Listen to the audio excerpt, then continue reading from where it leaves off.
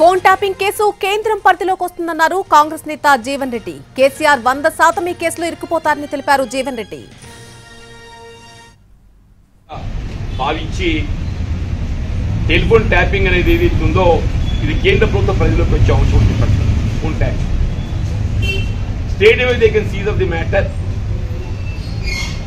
And they can take up the investigation through CBI.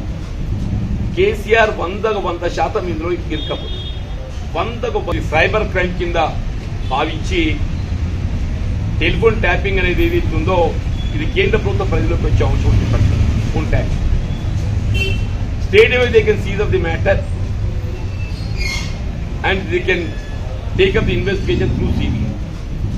KCR 100% ఇందులో ఇరుక్కపోతుంది.